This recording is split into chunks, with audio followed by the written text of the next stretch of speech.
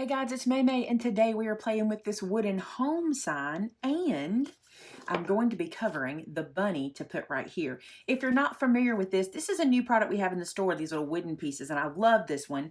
It says the word home, and you can remove the O and put in the little pieces that you can purchase and do to put in here. Things like butterflies and beach balls and ice cream cones and bunnies and eggs. There's so many different things, and we're going to be carrying the different ones throughout the season because I think they're so cute. But this is how I want it for Easter, okay? So this is the bunny I'm going to do later. I'm just going to put him aside for now. And what I want to do first is cover the home word. So I was trying to decide what paper, because here's the thing, I want to use this all year. So I don't want to use paper that's Easter based on the letters themselves, because then when it's not Easter, my ornament in the middle won't match. So I had an idea. Remember this paper pack that I absolutely love? It's by Scrap. It's called Wood Effect. And I thought if they were wood, I would not hate that. So if these letters were all wood grained, although they are now, I understand, but I think this would be so pretty, that's what I'm going to do. And this is the one I chose. Now I'm going to be able to get these covered from one piece of cardstock, at least on the front side. The back side, I don't know that I'm even going to worry about because nobody's going to see that. I'll show you all that as we get going. But this is what I'm going to use for the front of the letters. So let's go ahead and start covering our letters. We'll move these out of the way. And here's the deal. You have to trace these on the front of your cardstock or on your paper. The reason is, if you flip this over, you might take a chance to cut your paper out incorrectly, okay? What I mean is I want this to fit on the front of this, so I'm gonna trace it on the front. I just think things will be easier that way. I won't have to worry about flipping my letter over and things like that to get the right orientation. Plus, I can make sure that my wood grain is in the right direction, like I've got it all going in the same direction, and that's pretty important. All right, so I'm just going to run through here and trace. Don't worry if you don't get a perfect trace. There are ways around that. Whenever we get to the end of this project or get this paper stuck down, I can show you how to make it look very seamless. It's really cool. All right, so I'm going to trace all of my letters just like this. So now I'm just going to cut out all these letters that I traced. So I'm going to turn this so I can get to it. And again, I would rather cut a little bigger than too small. There are ways to trim out once the letter is glued onto the piece, but I don't want to cut into my trace line at all, if that makes sense. So if I need to, I'm going to go a little bit wide on the outside of where I traced.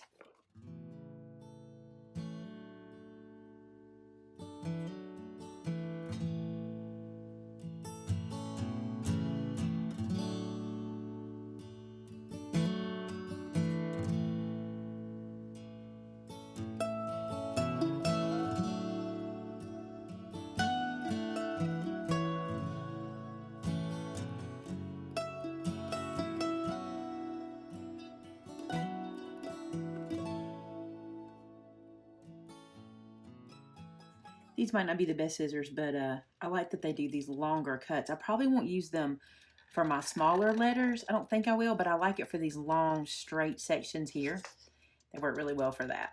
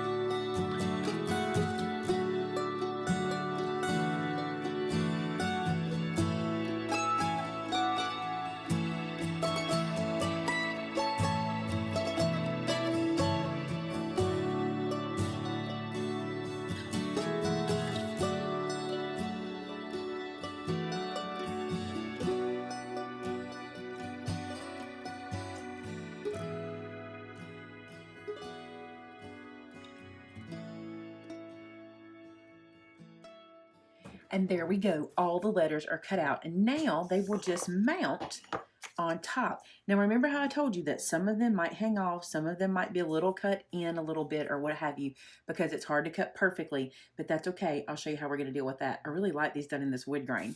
So, by the way, I keep doing this one upside down. Here's the right way, because so you'll know they need the flat part at the bottom. So see how that O has a flat part at the bottom there. And then our M, I'm just going to do a test to make sure everything looks okay.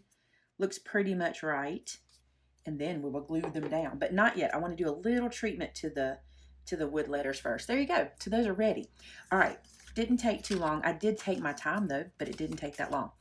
All right. Now, how do I want to treat the letters themselves? Now, I could paint them. That would be fine, but I'm not really into painting them. I'm not really sure how I want to do this. The middle pieces are the part that I'm mostly concerned about being able to get in there, but I think that I can. I think I want to ink the edges kind of distressed, and I'll show you what my plan is. So this is my Distress Ink Vintage Photo, not my oxide, just my regular Distress Ink. And I can't decide if I want to use my ink tool or just the pad itself. I'm going to try it with an inking tool first. So this is an inking tool. Let's just see what it does. I just want to knock back the raw wood. I'm not really looking for like a painted or a solid looking piece, but if you like to paint them, go ahead. They're wood. You can do anything you want, and they're pre-sanded, which makes it really nice. This is, I mean, really, really slick, and it's not messing up my tool at all. And I can do this as dark as I want or as light as I want. And I just think this will look really good. Now, this is with using a tool. Let's try not using a tool. Let's try going straight from the pad. Lots of times, ooh, look how pretty that is. I like that. See, lots of times I've done this way, and I really like how that kind of puts that graininess on the side. That's really cool. So pick out what you like and go from there. All right, so I'm going to run this all the way around. That's pretty neat. It's keeping that wood grain for us. Now here's where we're going to run into some issues. Do you see these little spaces here where I'm going to struggle getting inside of there? I'm going to have to be creative, and I may have to use even a Q-tip or something on those insides. But right here like this, I'm going to see if I can at least knock that back and blend it down a bit. The next thing I want to do is I want to lay these guys down, and I want to color or ink the edges on the front as well. Because this way, if any of my paper is cut short, it'll still have some color behind it. I love to use my inks in different ways. I think this is super fun to do. Honestly, the more I color that, the more, well, not really. I was going to say the more it knocks that back, and I might not have to stress about it. But I think I am going to get in there with some sort of tool and see if I can't figure that out. Now, I can do this on the back as well so that it doesn't look unfinished. I can just do the same thing. Ooh, let's see what it looks like with just the pad. Oh, that's beautiful. See, this can be the back, and the front can be all of the paper. And look, I'm using this to go back and take some of the wet ink and kind of knock it down. Look how cool that looks. That looks really cool just like that. It looks like I've done a staining job on it, and I didn't. I just used my ink blending. All right, I'll come back and figure out the middles in a minute. I'm going to go ahead and do all of the sides the same way. Let's see how this will work.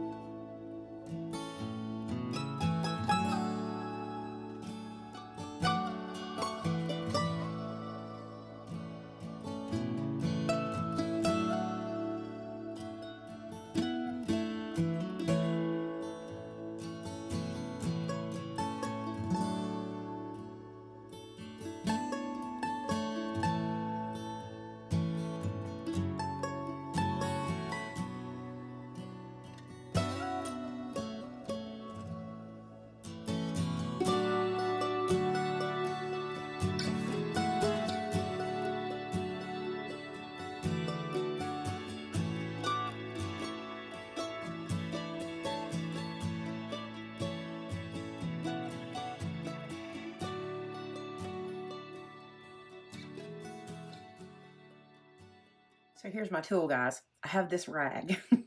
I use this rag for everything. And it appears that I can put the ink on it, and then I can just put my finger in there and rub that ink around and knock back that pale wood color and still have those wood edges. So that's what I'm doing. It's a little unorthodox, but you know what? Use what you got and get the job done. And no one's going to know that's how I did this, and it's not going to matter because it's all going to be colored.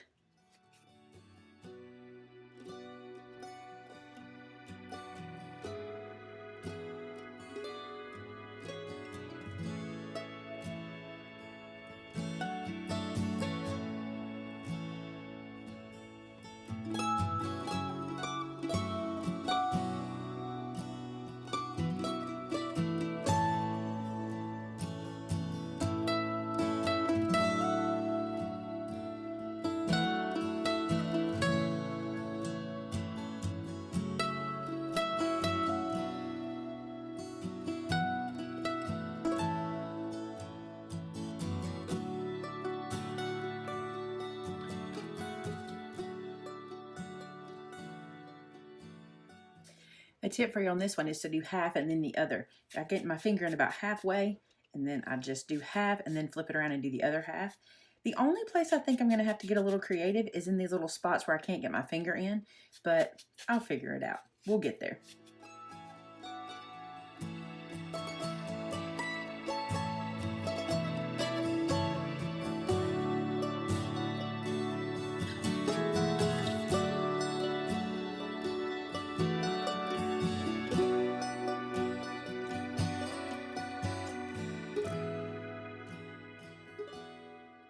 Okay, this is my bone folder wrapped up in the same rag, and I'm going to stick it in there and rub my ink around. Where there's a will, there's a way. I just don't want to paint. Is that terrible? I don't want to paint, and I want this stained look. If you wanted to paint this, it would probably be even easier, honestly, because getting a paintbrush in here would be no problem. But this is how we do things around here.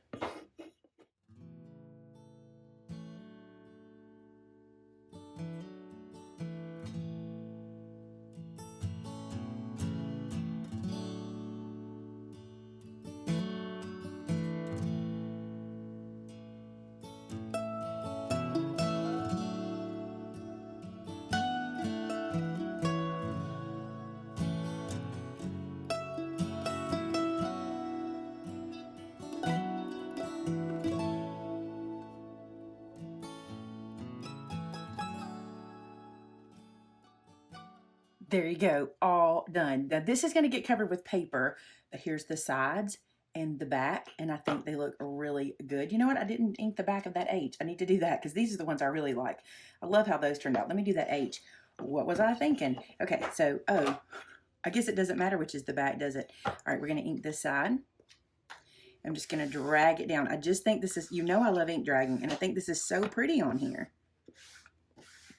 Just like that. And I am going to hit it with my ink blending tool. I did that the whole time, just to kind of knock back some of the wetness of the ink, just to kind of soak it up a little bit. All right, so those are the backs and the fronts. Now we just get to glue our little paper on. Now I'm going to use art glitter glue to glue my papers on.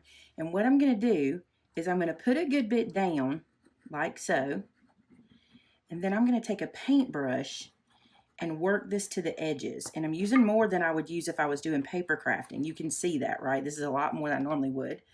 And I'm going to rub this down nice and smooth, getting it to the edges. I do have to work quick because it's art glitter glue. It's already starting to dry. So let me put that on a little thicker right through here. And this is just a throwaway brush, by the way. I'm not going to try to salvage this brush. Okay, now we'll take our H and we will place it down. Now you can do this with anything, Mod Podge, Elmer's glue, anything. I just really like to use my art glitter glue, and so that's what I'm using. So there's my H. Look how pretty that's going to be with the side all wood grain like that. That's so cool. Don't worry about the edges. Remember, see, I've got some edges hanging over. We're not going to worry about those. We can get those in just a little bit. So there's that one. So now I'm going to do the same thing to the O, and it shouldn't be as bad. If you need to, you can work in half as well. So if I want to do half of this, go ahead and smear this down. Get that glue all around. and then take my O and just glue half of it down to start with. I can do that. Then I can just lift it up and do the other half. That way my glue's not drying. So lift it up.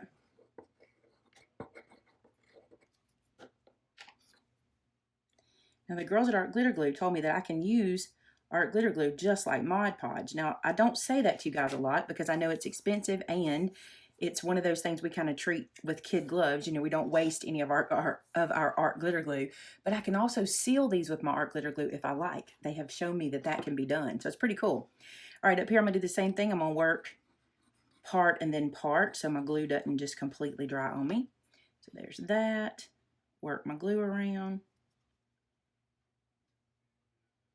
And then start the end being stuck down at the top. Just like so. Then I'll just work each of the legs down. So remember how I told you not to worry if you have paper hanging off the edges like I do here? Here's how you fix it with a nail file. This is Shannon's nail file. I told her she wasn't getting it back and she's okay with that. So we're fixing to use it.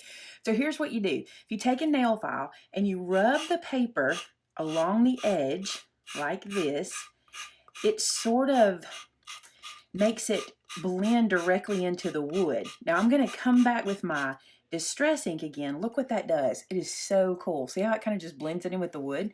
So anywhere I have excess paper, I'm going to just run around and do that and just kind of sand it down. So I'm using a nail file, but you totally could use sandpaper, but I just think a nail file works really well for this.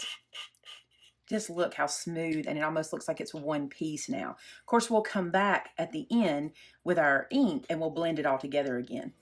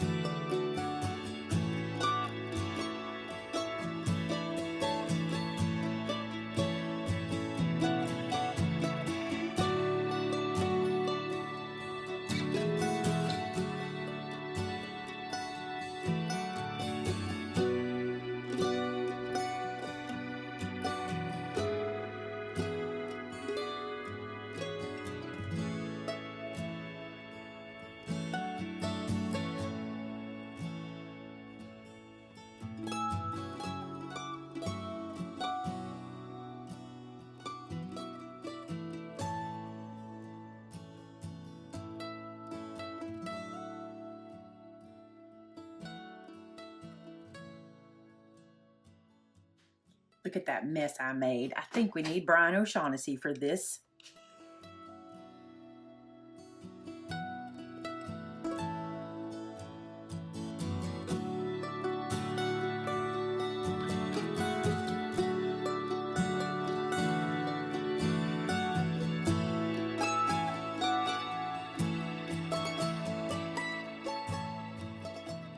So the last thing I want to do to these is go back and ink the edges with my Distress ink. And the reason is when you're filing away some of that paper, you leave kind of a white edge wherever you filed it. And I just don't want that little white edge.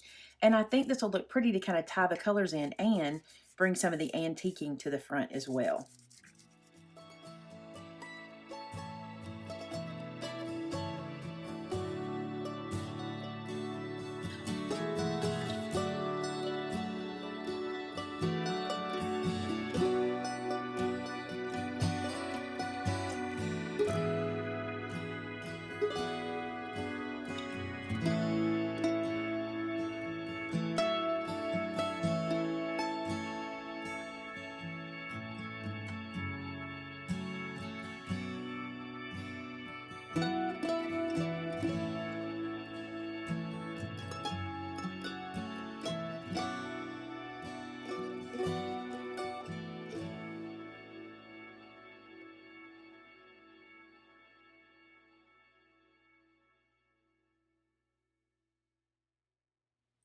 So this is our home completed on the sides and all the way around. We even did the back side of them like this, and I just think they look great. And so that will be video number 1. I know the video itself may be a little short, but this was a little time consuming, so I'm going to cut from this one and then I'm going to start the bunny in another video.